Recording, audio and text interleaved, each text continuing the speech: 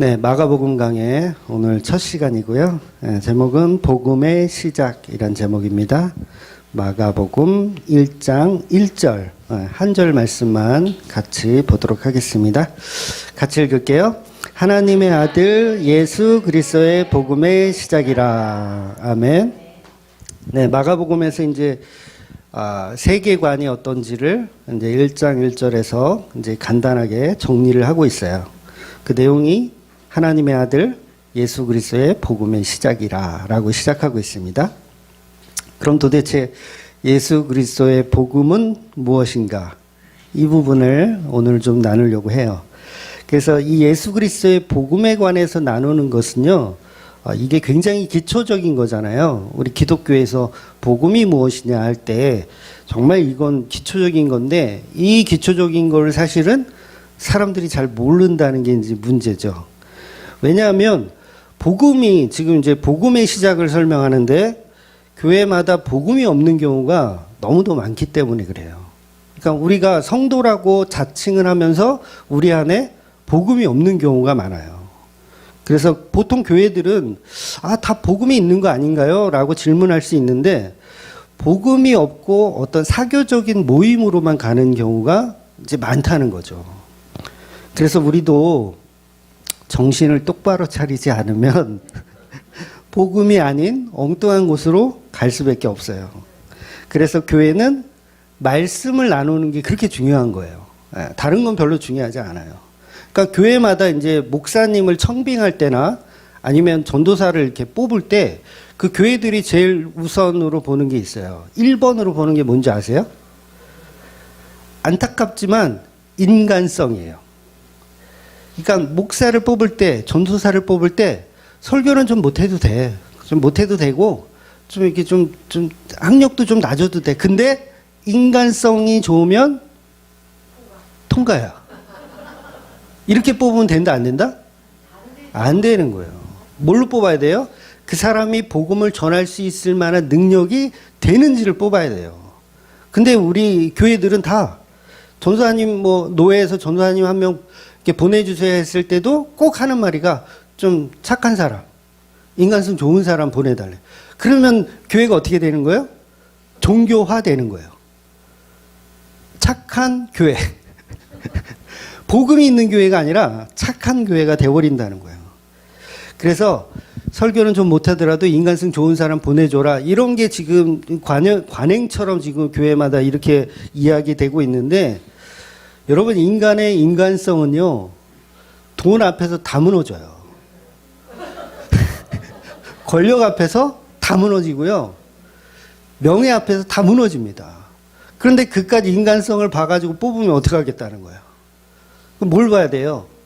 복음을 전할 수 있는가? 복음을 전할 수 있을 만한 성령의 은혜를 받고 있는가를 봐야 된다는 거죠. 그래서 오늘은 내용이 조금 어렵지만 그리스도의 복음의 개념을 여러분이 잘 알고 이제 마가복음을 시작해야 된다는 거예요. 그래서 복음은 여러분 잘 알죠? 너무 쉬운 이야기예요. 복된 소식이에요. 복된 소식. 그래서 복음은 예수님의 창조와 예수님이 이루신 재창조의 역사를 복음이라고 하는 거예요. 그러니까 예수님의 창조와 예수님의 재창조. 이해가 되세요?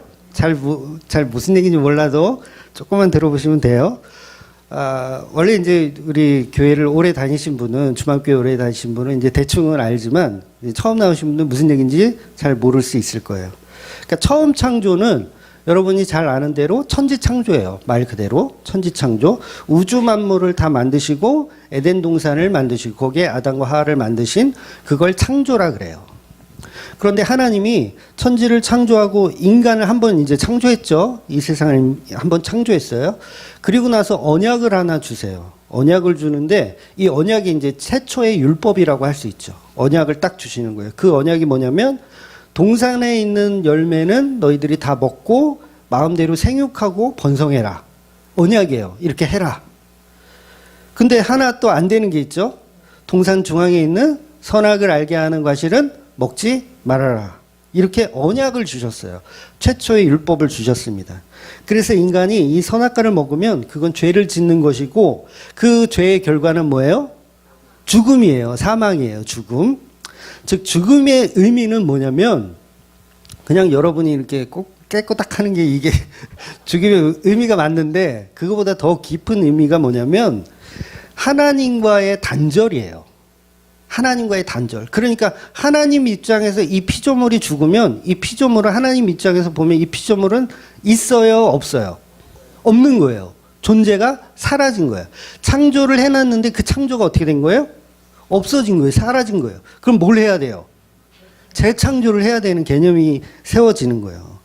그래서 창조가 파괴되었다는 것은 사라졌다는 의미예요. 그래서 지옥은 어떤 곳이냐면 하나님의 자비가 없는 곳이에요. 하나님이 거하지 않는 곳이 지옥이에요. 그럼 하나님 입장에서 그 지옥은 사라진 거나 마찬가지예요. 왜? 하나님 눈에 없으니까. 사라진 거나 마찬가지인 거예요. 그래서 하나님 앞에 존재 없음의 상태가 되는 걸 지옥이라고 하는 거예요.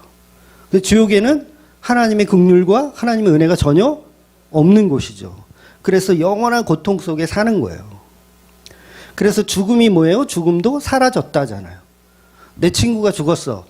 39살에 파킨슨병으로 죽었어요. 39살. 근데 지금 내 곁에 없죠. 죽음의 의미가 그거예요. 내 곁에 없다. 없어졌다. 그래서 저와 여러분도 죽으면 이 땅에서 가시적으로 사라집니다. 없어져요. 근데 없어지는 게 아니죠. 영원한 나라에서 또 영원히 살죠. 그걸 재창조라고 표현하는 거예요. 재창조. 그래서 이 천국의 상태를 누리는 걸 재창조의 상태다라고 하는 거예요. 그래서 이 재창조는 이 땅에서부터 하늘나라 갈 때까지 계속 재창조의 시간을 보내는 거예요.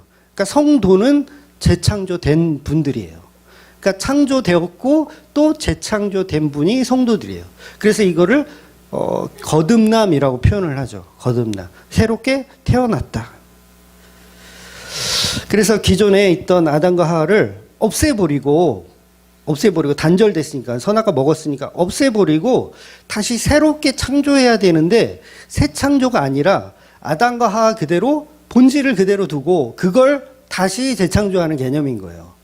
그러니까 저는 새 창조란 단어 또 재창조란 단어 뭐 섞어서 써도 상관은 없는데 그래도 저는 재창조란 단어가 더 설득력 있는 단어라고 생각해요. 그래서 이 주 안에서 우리는 재창조되는 거죠. 재창조. 새로운 피조물로 재창조되는 거.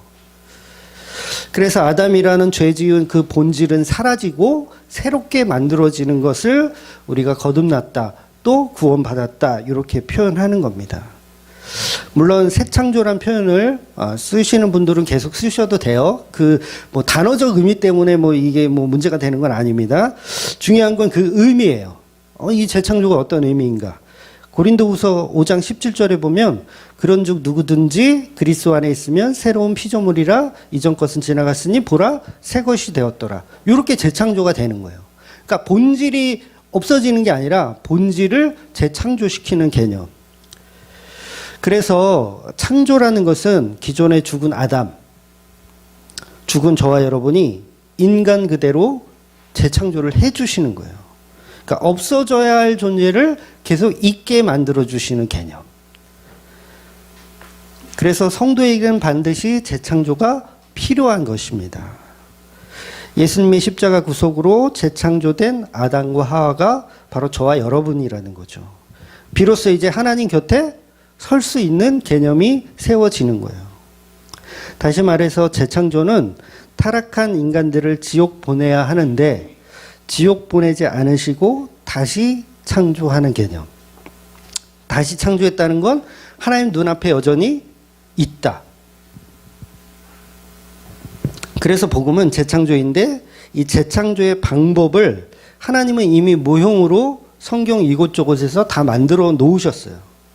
그러니까 그 대표적인 게 아담과 하와가 이 죄를 짓고 하나님 곁을 이제 단절해야 되는 상황인데 가죽옷을 입혀서 보내주신다는 거죠. 가죽옷을 입혀서.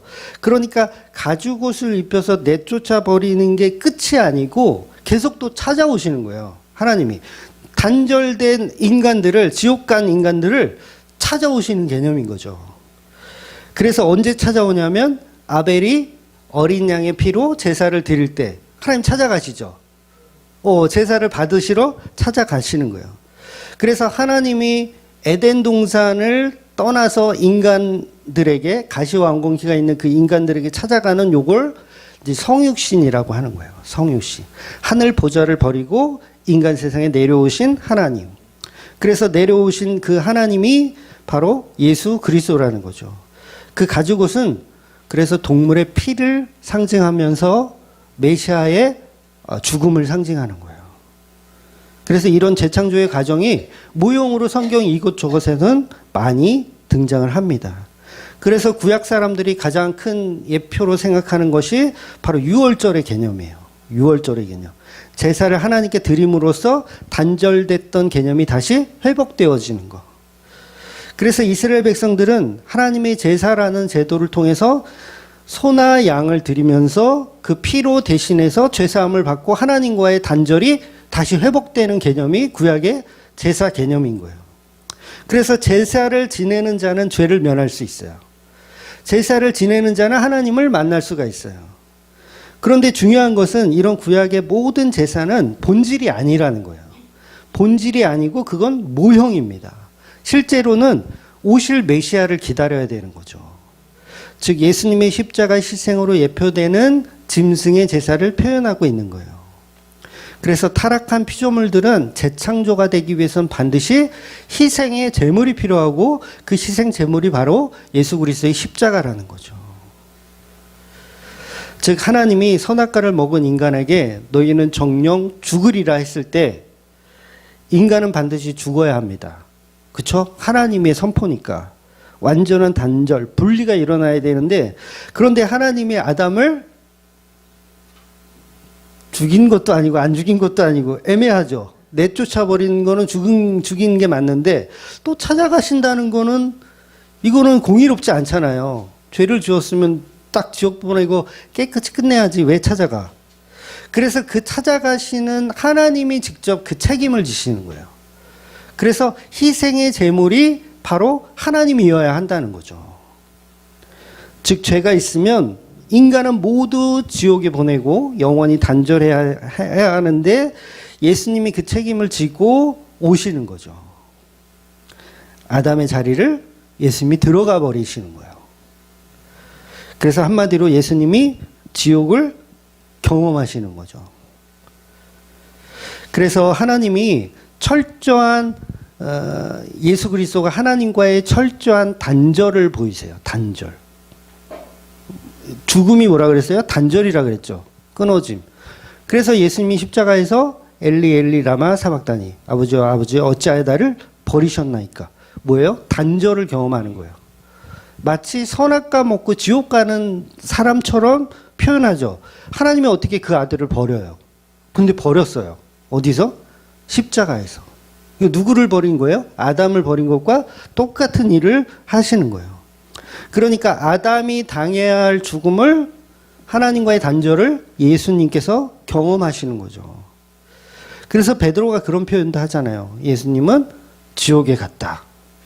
그래서 거기서 이 사람들을 구제했다. 이런 표현까지 하는 거예요. 그러니까 예수님이 진짜로 지옥에 갔다라는 게 아니라 그만큼 하나님과의 단절을 경험하셨다라는 얘기를 하는 거예요. 즉 우리가 가야 할 지옥에 내려오셨다라는 거죠. 그래서 십자가는 철저히 버림받은 십자가입니다. 버림받은 십자가. 그래서 하나님으로부터 버림받았고요. 제자들로부터 버림받았고 철저하게 버림받은 그 십자가. 그래서 대신 죽으신 대속으로 예수님은 우리와 영원히 연합을 이루어 가시는 거예요. 그래서 짐승으로는 안 되고 여러분 중에 누가 십자가에 죽어도 그것도 안 돼요. 죄의 문제를 책임질 수 있는 분은 오직 하나님밖에 없어요. 그래서 그 하나님이 하늘 영광을 버리고 육신의 몸을 입고 이 땅에 오셔서 그 구원을 이루어내시는 겁니다. 그래서 우리 기독교는요, 십자가에 죽으신 그 예수님을 삼위 하나님의 한 분으로 믿는 거예요. 예수님을 하나님으로 믿는 거예요. 이거는 엄청난 이야기예요, 여러분. 유대인들이 들으면 이거 돌로 쳐 죽여야 될 모독이에요. 예수 그리스도를 하나님으로 믿는 게 우리 기독교입니다. 그래서 하나님이 인간의 모습으로 오셔서 어린 양의 모습으로 번제와 소제와 화목제와 속죄제와 속건제로 다 이루시고 죽으신 예수 그리스도를 믿는 사람들이 바로 기독교인들이라는 거죠. 그래서 제가 서두에도 복음이 없는 교회가 있다고 말씀드렸잖아요. 교회를 다녀도 십자가 이야기를 전혀 들을 수가 없다면 그곳은 교회가 아닌 거예요. 어린 양의 피에 관한 이야기가 없으면 아무리 좋은 얘기, 착하게 살아라, 인간성이 그래서 되겠느냐, 돈에 인색하지 마라, 아무리 설교를 들어도 그리스도의 피에 대한 복음이 없다면 그곳은 교회가 아니라는 거죠. 그러니까 고난주간에나 한번 들을까 말까, 한 일주일 고난주간에만 한번 들을까 말까, 나머지는 전부 인간들의 어떤 행위 위주의, 어떻게 하면 복을 받을까, 어떻게 하면 부자가 될까, 어떻게 하면 내 병을 고칠까, 요거에만 관심을 쏟는 곳은 교회가 아니라는 얘기예요. 그래서 십자가 없는 교회가 갈수록 넘쳐나는 게 굉장히 안타까운 일이에요. 죄송하지만 간판만 교회이지 교회가 아니라는 거죠. 그만큼 복음은 중요한 거예요. 그러니까 교회가 점점 무당처럼 되어가는 거예요. 무당화 되어가는 거. 복을 받기 위해서 교회 다니는 사람 죄송하지만 아직까지는 가짜예요. 거기서 탈피하셔야 됩니다. 그래서 오늘 마가는 예수 그리스도의 복음의 시작을 말씀하고 있어요. 마가복음 복음서 중에서도 제일 먼저 써진 책으로 알려져 있어요. 뭐 정확한 건 몰라요. 근데 학자들의 말에 의하면 마가복음이 1번으로 써여진 책으로 그렇게 생각합니다. 그래서 마가복음에 보면 병 고치는 이야기들이 굉장히 많이 나와요. 이제 앞으로 계속 보겠지만 신비주의를 주장하는 게 아니에요. 야, 신비롭다. 어떻게 병든 자가 막 살아나냐? 막 이런 얘기를 하고 싶은 게 아닙니다. 마가는 처음부터 예수 그리스도의 복음을 말하고 있어요. 그가 하나님의 아들이다. 이렇게 표현하는 거예요. 여러분, 하나님의 아들이라는 이 표현이 우리는 어릴 때부터 익숙하게 들어서 별 감흥이 없지만 이거 엄청난 말이에요. 하나님의 아들이란 표현. 여러분, 전에도 제가 자주 말씀드렸지만 소가 새끼를 낳으면 그 뭐라고 불러요? 송아지. 말이 새끼를 낳으면 망아지. 인간이 새끼를 낳으면 애기. 그럼 하나님이 새끼를 낳으면 뭐예요? 하나님이죠. 이해가 되세요? 이 말이? 그러니까 소가 소를 낳으면 소고요. 하나님이 하나님을 낳으면 하나님인 거예요. 그러면 예수 그리스도가 하나님의 아들이라는 이 표현은 뭐예요? 예수가 곧 하나님이다 이 얘기잖아요. 그러니까 유대인들이 기분 나쁘겠어요? 기분 좋겠어요? 기분 나쁜 거예요. 이건 신성 모독인 거예요. 그래서 하나님의 아들이란 뜻은 당신들이 십자가에 죽인 그 예수가 바로 하나님이다. 그분이 에고에임이다. 라는 표현인 거예요. 그러니까 마가복음의 이 세계관이 엄청난 얘기를 지금 던져놓고 시작하고 있는 거예요. 그러니까 마가를 우습게 보지 마세요. 마가에 대해서는 이제 나중에 더 설명드리겠지만 엄청난 복음을 지금 선포하고 있는 거예요. 그래서 예수님은 인간의 모습으로 이 땅에 현현하신 하나님이라는 거죠. 그래서 우리 기독교는 세상에서 유일하게 목수의 아들인 그 보잘것없는 시골 출신의 그 촌뜨기 예수를 님자도 뺄게요. 그 시골 출신의 목수의 아들 촌뜨기 예수를 하나님으로 믿는 종교예요. 종교도 아니죠. 하나님으로 믿는 사람들. 그러니까 제정신이에요? 제정신 아니에요? 제정신 아닌 거예요. 시골 출신의 목수의 아들을 하나님으로 믿다니 제정신 아닌 거죠. 그러니까 요즘으로 치면요, 이건 좀 비유가 좀 죄송한데, 막 이재록이나 막 이만이나 이런 사람을 하나님으로 믿는 거예요. 제정신이에요? 제정신 아니에요? 똑같은 우리 이만희하고 별거 다를 거 없는 제정신 아닌 사람들. 그래서 한마디로 기독교는 하나님을 믿는 종교가 아닙니다. 하나님 믿는 종교 아니에요. 예수님을 하나님으로 믿는 종교가 기독교예요. 그런데 교회마다 하나님은 잘 믿으라고 해. 근데 예수는 쏙 빼버리죠. 요걸 뭐라 그래요? 요걸 유대교적 이단이라고 하는 거예요. 근데 교회마다 하나님은 복 주시는 하나님, 하나님은 우리를 사랑하십니다. 예수 얘기는 없어. 처음부터 끝까지. 그러면 그건 기독교가 아닌 거예요. 그래서 기독교라는 이 말 자체가 그리스도교, 예수가 그리스도임을 믿는 사람들이란 뜻입니다. 예수를 믿지 않는 기독교는 하나님 믿어도 가짜 종교일 뿐이에요.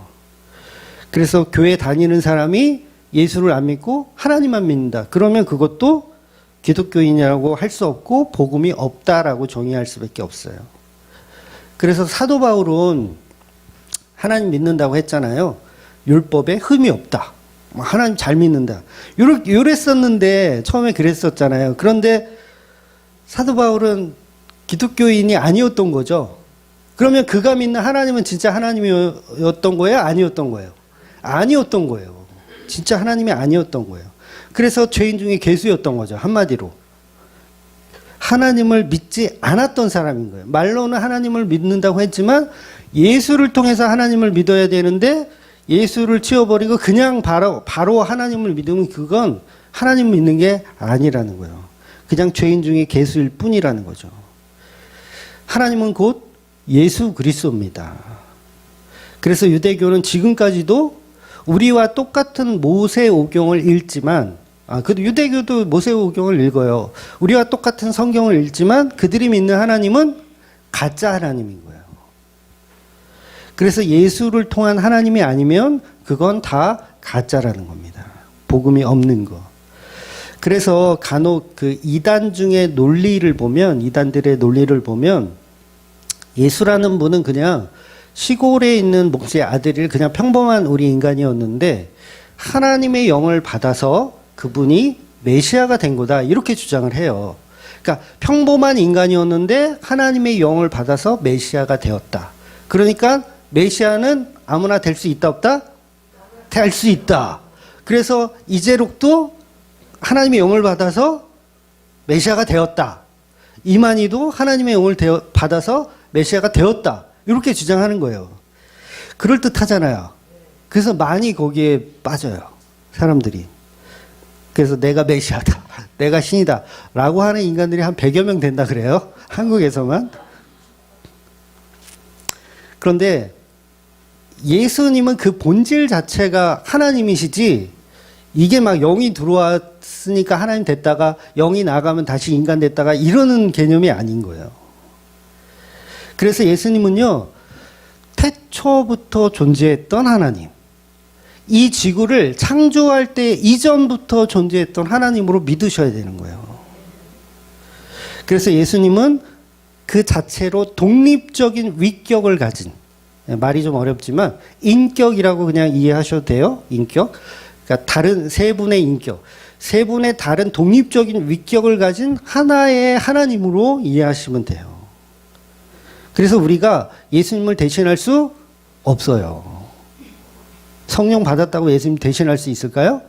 없어요. 이건 선악과 먹은 이 개수작에 불과한 거예요. 피조물은 아무리 성령이 받아도 위격의 하나님이 될 수가 없습니다. 그래서 예수님은 하나님이다 라는 논리를 지금 시작하는 거예요. 예수는 하나님이다 라는 논리. 그래서 그 예수가 하나님이다, 그 하나님이 만드신 복음의 시작을 내가 지금부터 설명해 줄게 라고 마가복음은 이야기하고 있는 거예요. 그래서 이게 예수님이 하나님이라는 이 논리가요, 이게 굉장히 중요한 문제예요. 그러니까 여기서 이단 많이 나오거든요. 그러니까 삼위일체를 부정하는 이단들 굉장히 많이 있어요. 근데 이걸 정리를 못 해가지고, 자, 그럼 예수님이 언제 태어났죠? 2000년 전 베들레헴에서 태어나셨어요. 맞아요? 틀려요? 네, 그 말은 맞지만 그럼 그 이전에 계셨는가? 계셨죠? 요거를 제가 묻고 싶은 거예요. 계셨다. 그래서 예수님은 창조 전에도 계셨고 2000년 전 동정녀 마리아에게도 나오셨고 그 이전에도 존재하셨다는 거예요. 왜? 예수님은 유일하신 삼위격의 하나님이시니까.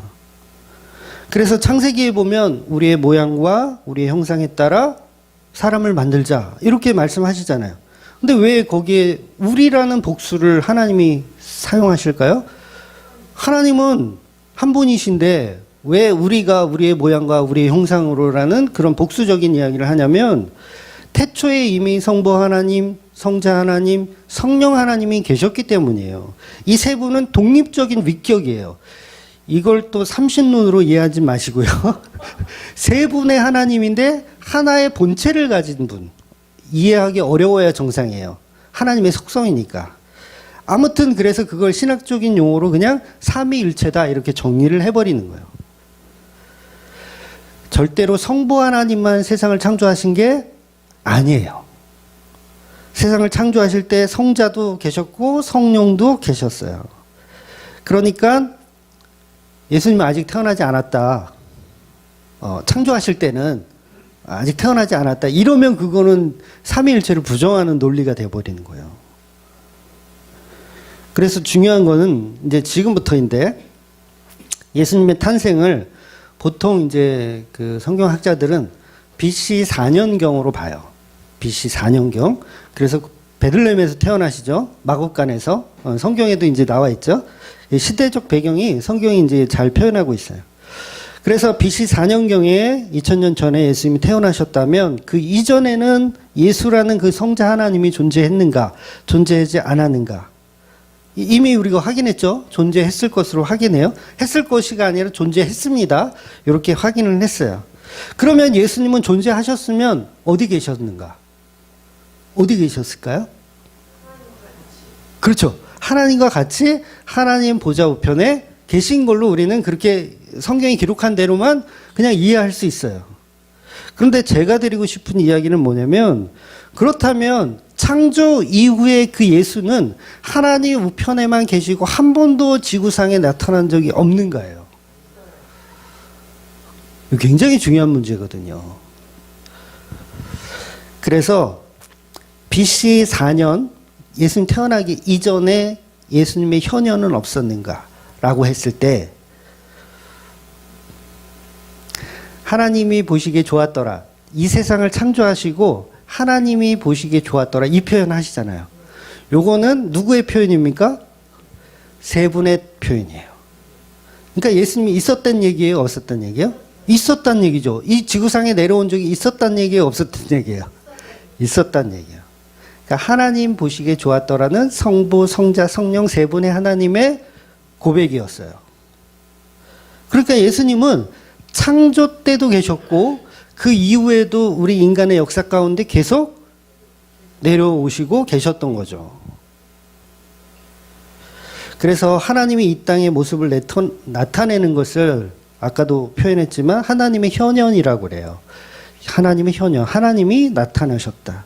그때마다 성부 하나님, 성령 하나님만 오시고 예수님은 안 왔다? 아니에요. 예수님도 오셨다고 봐야 돼요. 그런데 성경은 아주 은밀하게 예수님의 현현을 표현합니다. 그러니까 대놓고 표현하진 않아요. 일부러. 왜냐하면 예수님은 십자가에 죽을 때까지 비밀스럽게 접근하셔야 되기 때문에 왜냐하면 복음은 비밀입니다. 예, 사탄도 몰라요. 마귀들은 절대 몰라요. 우리 성도들도 몰라요. 나중에 알게 되는 거예요. 성령을 통해서. 그러니까 인류 역사상 아담의 시대, 아브라함의 시대, 모세의 시대, 다윗의 시대에도 예수님은 이미 오셨었던 거죠. 계셨었던 거예요. 그래서 성부 하나님이 인간을 만나면요, 인간은 다 죽어요. 하나님의 영광 때문에 우리 죄된 인간은 그 하나님을 보면 죽어요. 그러니까 출애굽기 33장 20절에도 보면 모세가 이제 하나님의 얼굴을 뵙기를 원하잖아요. 그랬을 때 하나님이 이런 얘기를 하세요. 내가 내 얼굴을 보지 못하리니 나를 보고 살 자가 없음이라. 그러니까 아무도 못 봐요. 하나님의 얼굴을. 성부 하나님의 모습은 아무도 못 봅니다. 왜? 보면 다 죽으니까. 그런데 예수님도 똑같은 하나님이잖아요. 근데 예수님 얼굴 봐도 돼요, 안 돼요? 되죠? 심지어는 문둥병자가 봐도 안 죽어. 너무 신나지 않아요? 하나님을 뵀는데 안 죽어. 심지어는 문둥병자가 예수님의 얼굴을 보면 하나님의 얼굴을 본 건데 오히려 병이 나. 죽은 자가 살아나. 얼마나 신나요? 분명히 출애굽기에서는 하나님의 얼굴을 보면 살 자가 없다라고 얘기했는데 똑같은 예수님인데 인간과 대면하면 죽지 않더라는 거예요. 그래서 구약입니다. 하나님이 인간과 대면하여 밥을 먹고 같이 거하고 그런 적이 있어요, 없어요? 있어요, 구약에. 그럼 이게 서로 부딪히는 얘기가 되잖아요.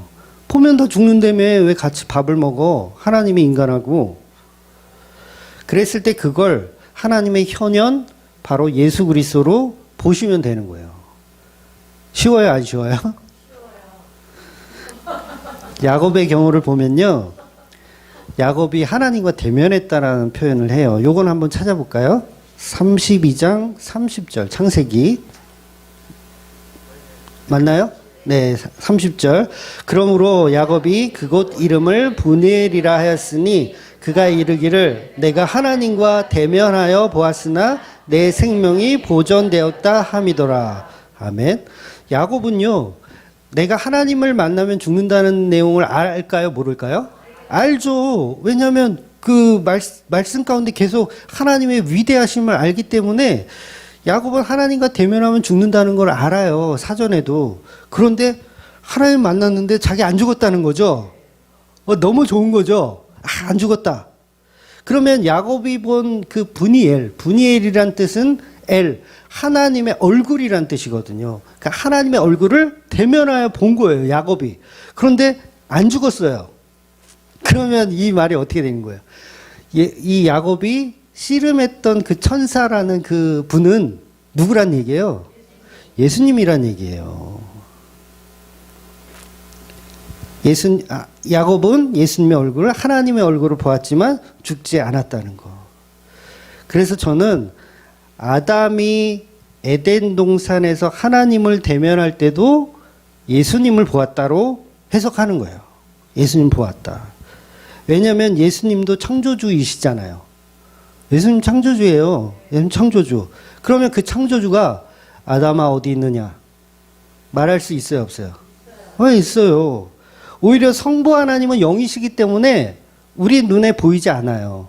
나타날 수 없으세요. 그런데 아담의 눈에 보였다라는 건 그건 예수 그리스도죠.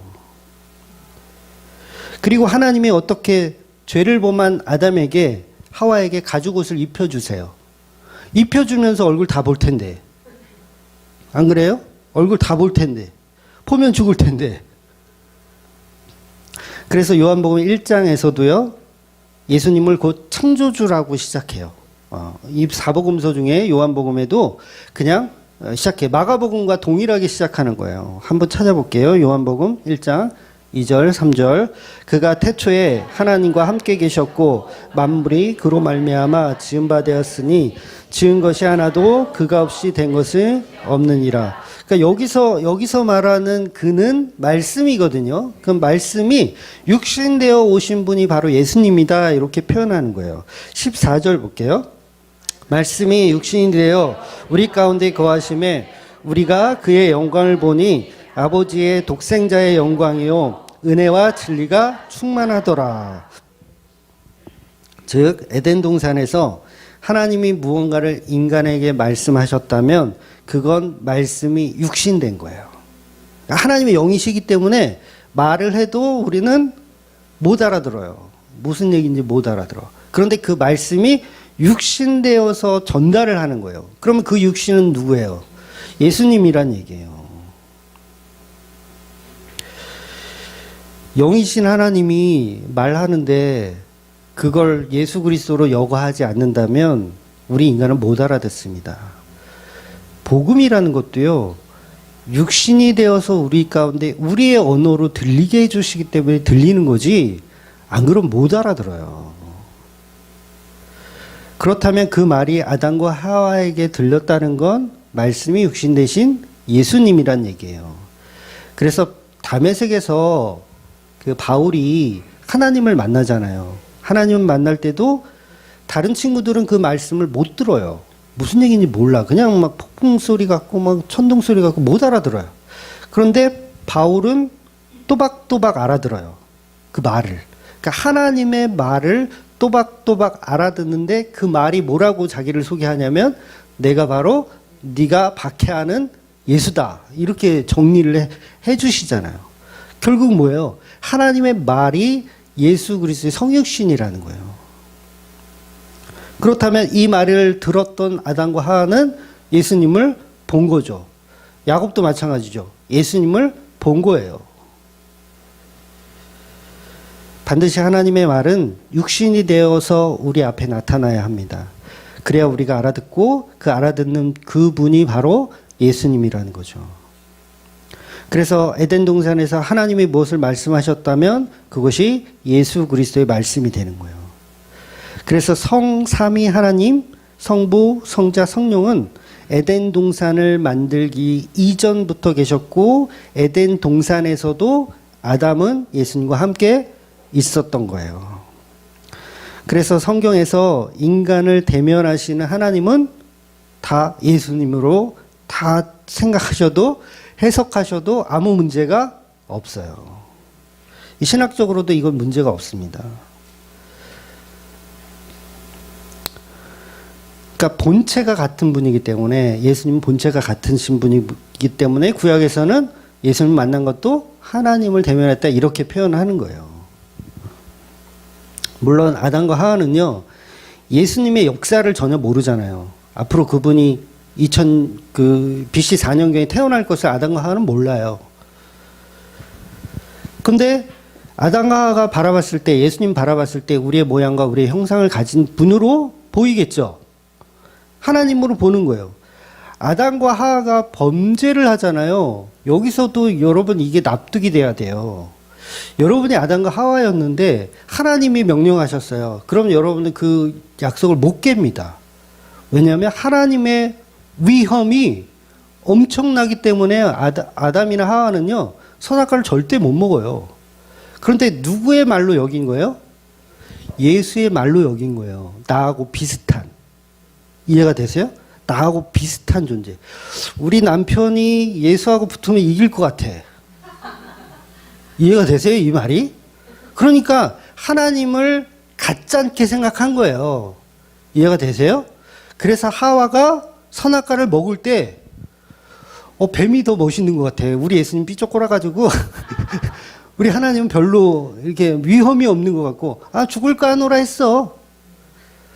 이 말이 이해가 되세요? 하나님의 그 위험한 이 명령으로 너희는 절대 동산 중앙에 먹어서는 이렇게 한 거면 안 먹을 텐데 보니까 하나님의 명령이 별로 그렇게 하와에게는 별로 그렇게 무섭게 느껴지지가 않은 거예요. 뱀이 오히려 더 멋있고 우리 남편이 더 실력이 있을 것 같고 그러니까 예수님의 말씀을 왜곡하죠. 죽을까 하노라. 몰라 죽는다고 어떤 그 남자가 그랬어. 이런 수준으로 하나님을 우습게 여기는 거죠. 그러니까 자기 신랑은 젊잖아요. 뭐 정확히 나이는 모르지만 한 20대라고 우리 추정하지 보자고요. 젊은. 제일 멋있을 때 만들었겠죠. 50대로 만들었겠어요. 아담을. 그쵸? 근데 예수님은 몇 살 같이 보여요?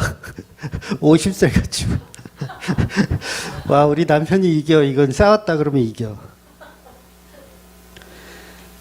그래서 그 예수 안에 어마어마한 하나님이 있다라는 걸 믿는 분들이 사실 기독교인인 거예요. 예수라는 사람을 겉으로 보면 가치가 없잖아요. 유대인들은 가치 없게 봤어요. 그런데 진짜 성도들은 그 보잘것없는 미련하고 어리석은 그 예수 속에 어마어마하고 위대한 하나님을 볼 수 있어야 된다는 거예요. 그래서 제자 빌립도 그런 얘기를 하잖아요. 하나님 좀 보여달라. 이게 무슨 의미예요? 예수 당신 보니까 당신 속에 뭐 하나님, 위대하신 하나님이 없는 것 같아. 보잘것없는 것 같아. 그런 느낌이잖아요. 그래서 예수님께서 말씀하시기를 나를 본 자는 아버지를 보았거늘 어찌하여 아버지를 보이라 말씀하느냐. 그러니까 에덴 동산에서 예수를 보니까 형편없는 것 같아.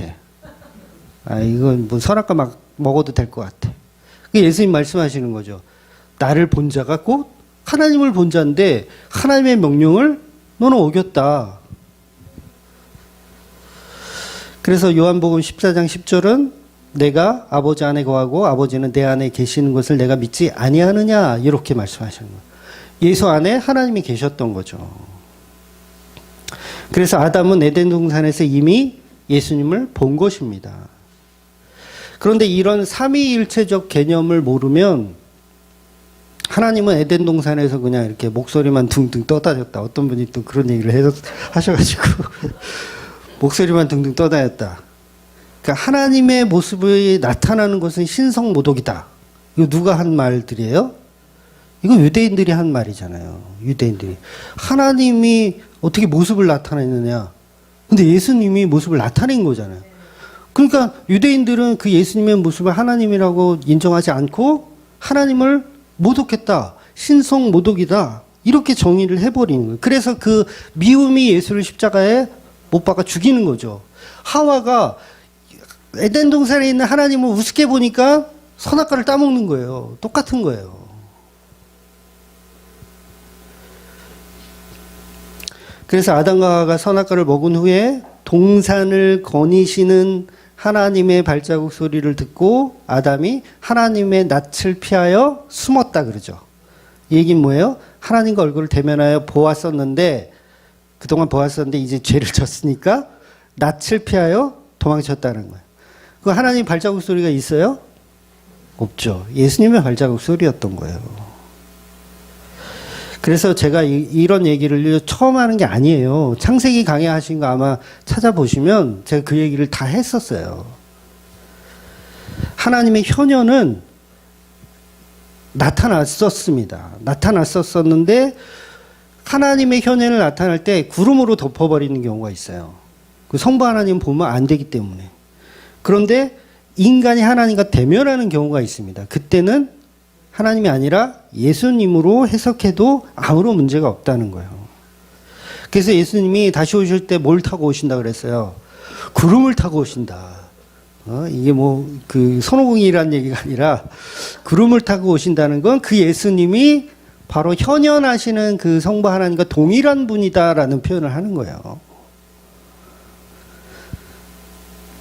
예수님이 내가 곧 하나님이다. 그러니까 내가 너를 만날 때 구름을 타고 올 것이다 라고 표현하는 거예요. 여러분 구약에 아브라함이 만난 살렘의 왕 멜기세덱, 여러분 이분이 누구시라고 생각하세요? 이분이 누구인지 성경학자들은요 답을 찾지 못해요. 그러니까 살렘의 왕이 누구인가, 성경에서 감히 이 왕이 누군데 아브라함을 축복하죠. 살렘의 왕, 어느 나라 왕인가 본데 이 왕이 건방지게 어떻게 아브라함을 축복하냐고요. 거꾸로 아브라함이 이 왕들에게 축복을 줘야 되잖아요. 지금 전쟁도 지금 아브라함 때문에 이긴 거죠. 전쟁도 아브라함 때문에 이겼어요. 그러면 그 왕들이 이렇게 막 연합해서 와가지고 아브라함한테 머리를 조아리고 당신 때문에 살았다, 당신이 믿는 하나님 때문에 우리가 다 살았다 이러면서 오히려 아브라함을 축복해야 되는데 성경에서는 이상한 이야기가 등장하는 거예요. 갑자기 멜기세덱이라는 살렘의 왕이 딱 등장하더니 이분이 살렘의 왕이 떡과 포도주를 가지고 나와가지고 아브라함을 주는 거예요. 이게 반대로 돼야 되거든요. 원래 아브라함이 멜기세덱에 떡과 포도를 주면서 축복해 줘야 되는데 반대로 되는 거예요. 그러니까 뜬금없이 이 족보도 없는 멜기세덱이 딱 등장해서 지극히 높으신 하나님의 제사장이라는 표현을 해요. 이 창세기 자체가. 그럼 그러면서 아브라함은 이 멜기세덱에게 11조까지 바칩니다. 11조를 감히 왜 바쳐요? 11조를. 11조는 누구에게만 바치는 거야? 하나님에게만 바치는 거잖아요. 근데 아브라함이 멜기세덱이라는 족보도 없는 왕에게 11조를 바치는 거예요. 그것도 전쟁에서 망할 뻔한 그 보잘것없는 나라의 왕을. 그래서요, 이거는 저만 그렇게 주장하는 게 아니라요, 성경학자의 일부가 멜기세덱은 예수 그리스도의 예표다, 이렇게 주장을 합니다. 그래서 이 멜기세덱은 예수님이었던 것으로 보는 거예요. 하나님의 현현으로. 그래서 살렘의 왕은, 다시 말하면 이게 샬롬의 왕이거든요. 예루살렘이 살렘이잖아요. 예루살렘이 살렘. 그러니까 예루살렘의 왕이 멜기세덱이었던 거예요. 그래서 멜기세덱이 떡과 포도주를 가지고 아브라함이라고 하는 우리 인간들의 대표와 만나서 떡과 포도주를 우리에게 제공해 주시죠. 아브라함이 받아 먹는 거잖아요. 떡과 포도주를 받아 먹는 거예요. 그 받아 먹으면서 이게 뭐예요? 예수님의 성찬식이죠. 그러니까 연합이에요. 성찬식은 연합. 너와 내가 같다. 너와 내가 똑같다. 그러면서 그리스도의 연합을 표현합니다. 그래서 멜기세덱이 예수님이기 때문에 떡과 포도주를 아브라함에게 대접한 것이고, 떡과 포도주를 나누어 먹음으로써 둘은 하나가 되는 거예요. 그래서 그 하나됨에 놀라운 연합이 이루어지는데, 그 일이 뭐냐면 아브라함 속에 예수가 그날 들어가는 거예요. 요 개념인 거예요. 그러니까 아브라함 속에 멜기세덱이 들어가는 거예요. 그래서 이걸 아브라함의 허리에 예수가 들어왔다, 이렇게 표현하는 거죠. 이건 제가 만들어낸 논리가 아니라 히브리서가 이렇게 표현하고 있어요. 히브리서 기자가 말하기를 멜기세덱의 뿌리에서 아브라함이 나왔다, 이렇게 표현하는 거예요. 그러니까 아브라함과 멜기세덱이 연합되었을 때 예수의 씨가 그 안에 들어왔다라는 거죠. 그래서 멜기세덱의 반차를 따랐다라는 표현을 히브리서 기자가 하는 거예요. 그럼 도대체 이 멜기세덱은 뭐냐? 이건 예수님이라고 밖에는 설명을 할 수가 없어요. 그러니까 멜기세덱이라는 제사장, 하나님의 제사장이라는 표현, 그 제사장이 아브라함에게 연합된 거예요. 들어간 거예요. 다시 말해서 예수님으로부터 시작된 성자 하나님이 인간의 씨에 들어왔다는 거죠. 그래서 이제 나중에 BC 4년에 아브라함의 자손 중에서 누가 나오게 되는 거예요? 예수님이 나오게 되는 거예요. 족보적 이야기예요. 그러니까 생물학적으로 그렇다는 게 아니에요. 성경은 다 예표로 이루어지는 겁니다. 그렇게 해서 태어난다라는 거. 그러니까 뭔 말인지 어렵죠? 히브리서 5장 11절을 볼게요. 히브리서 5장 11절. 저 이거 보고 감동 먹었어요. 멜기세덱에 관하여는 우리가 할 말이 많으나 너희가 듣는 것이 두나무로 설명하기가 어려우니. 제 이 말씀에 감동 먹었어요. 야, 이게 어렵구나. 이게 어렵구나. 그래서 결론은 뭐냐면, 하나님으로부터 시작된 복음, 즉 예수로부터 예수까지 완성된 것이 복음이라는 거예요.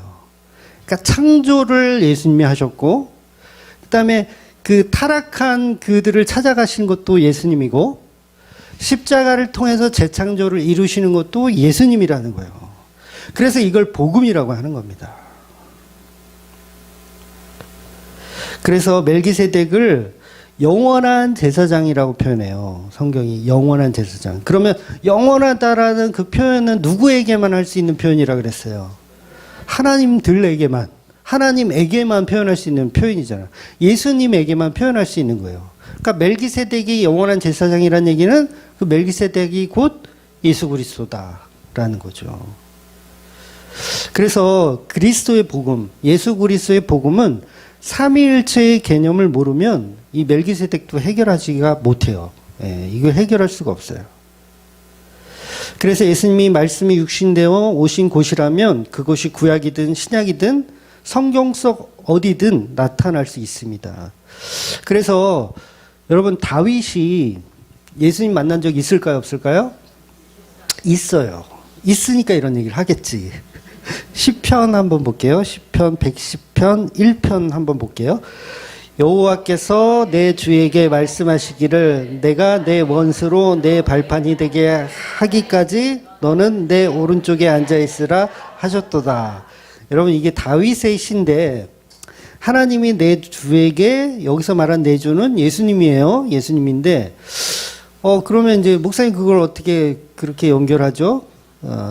이렇게 질문하실 수 있지만 마태복음에서 예수님이 그걸 또 설명을 해 놓으셨어요. 마태복음 한번 찾아볼게요. 마태복음 22장 43절 44절 볼게요. 이르시되 그러면 다윗이 성령에 감동되어 어찌 그리스도를 주라 칭하여 말하되 주께서 내 주께 이르되 내가 내 원수를 내 발 아래에 둘 때까지 내 편에 앉아 있으리라 하셨도다 하였느냐. 자, 이게 무슨 말이냐면 다윗이 말한 그 그리스도가 나 예수다 이 말이에요. 다윗이 고백한 그 주가 바로 나 예수다. 그러니까 유대인들이 바리새인들이 깜짝 놀라죠. 그래서 이 말씀을 하시고 바리새인들이 한마디도 능히 대답하는 자가 없고 그날부터 감히 그에게 묻는 자가 없더라. 이렇게 돼버리는 거예요. 그러니까 예수님은 태초부터 지금까지 역사 속에 계속 성육신하고 계셨던 거예요. 그래서 창세기 18장에 보면 소돔과 고모라 이야기 있죠. 아브라함을 찾아왔던 3명의 천사가 있어요. 아브라함을 3명의 천사가 찾아오는데 아브라함이 그 천사들을 영접합니다. 주께 은혜를 입었다면 그러면서 영접을 해요. 가지 마세요. 발 씻겨드리고 식사 제공해요. 그리고 뭘 받아요? 수태고지를 그때 받아요. 네, 수태고지를 천사들이 왔을 때 수태고지를 받아요. 사라가 아들을 낳을 것이니 그랬더니 사라가 비웃죠. 유명한 사건 말이잖아요. 이때도 당연히 예수님으로 봐야 돼요.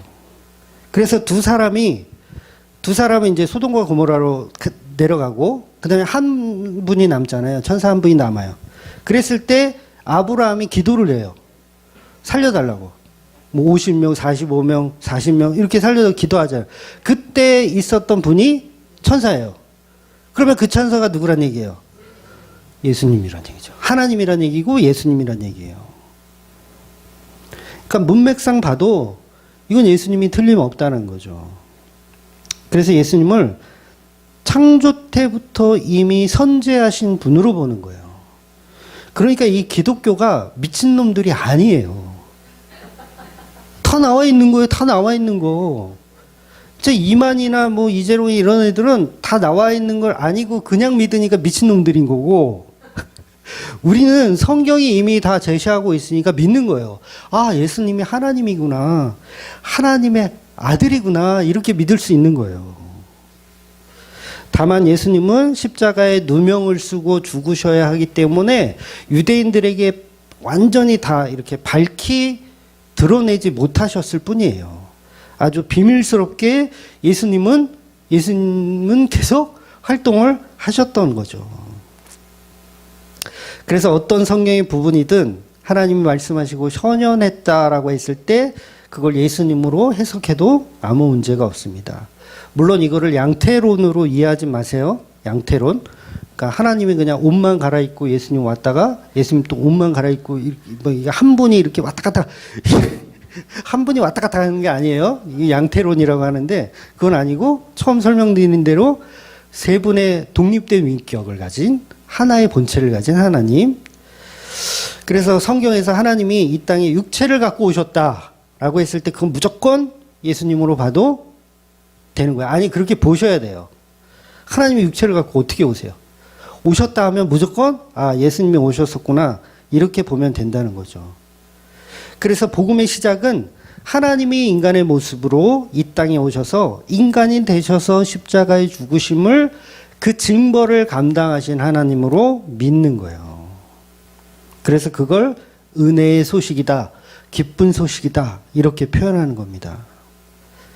그래서 육체를 입고 오신 하나님을 우리가 만나도 죽지 않는 거예요.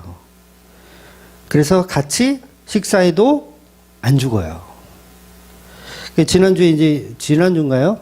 레위기서 볼 때도 그 나답과 아비후가 하나님을 만나서 대면하여 식사하는 장면이 있었잖아요. 그런데 안 죽어요. 요거 한번 찾아볼게요. 24장 11절, 출애굽기 24장 11절. 하나님이 이스라엘 자손들의 존귀한 자들에게 손을 대지 아니하셨고 그들은 하나님을 뵙고 먹고 마셨더라. 그쵸? 하나님을 뵙고 먹고 마셨대요. 어떻게 하나님이 인간하고 만나서 먹고 마셔요? 이거는 예수님이라는 거예요. 그러니까 나답과 아비후는 예수님을 보았다라고 해석할 수밖에 없는 겁니다. 그래서 하나님이 우리 눈에 보이는 육체를 입고 오셨다면 그분이 바로 그리스도라는 거예요. 그래서 역사적으로 나타난 2000년 전 그 예수님만 예수님이 아니고 태초부터 지금까지 모든 예수 그리스도의 역사 속에 하나님 아버지가 다 들어있는 거예요. 그러니까 예수를 보면 하나님을 본 거예요. 그래서 예수를 믿으면 하나님을 믿는 거예요. 그래서 예수님은 늘 우리와 함께 계셨던 거죠. 에덴 동산에서도 아담과 함께 계셨고 아브라함에게도 예수님이 함께 계셨고 다윗에게도 예수님이 함께 계셨고 오늘날 우리에게도 예수님은 함께 계십니다. 물론 이렇게 하나님의 현현은 이제 끝났어요. 성경이 완성됐기 때문에 집에 가다가 예수님 만나시면 그거는 저기 병원을 가셔야 돼요. 하나님의 현현은 끝났지만 이 성경의 모든 역사 동안은 예수님은 계속 우리를 돌보아 계셨고 그 구원의 복음의 역사를 만드시기 위해서 계속 현현하셨다는 거죠. 그래서 이 복음의 시작을 마가가 설명하기 시작합니다. 그래서 삼위일체 이 개념을 저와 여러분이 부정하시면 이거는 답 없어요. 이건 답 없습니다. 그래서 오직 예수님의 복음으로만 받으시고 인간의 복음이 아니라 왜곡되어진 복음이 아니라 오직 하나님이신 그 예수가 이 땅에 오셔서 십자가에 죽으심으로 모든 죄를 사하시고 우리를 재창조해 내신 그 은혜를 믿는 저와 여러분이 되시기를 주의 이름으로 축원드리겠습니다. 아멘. 기도하겠습니다.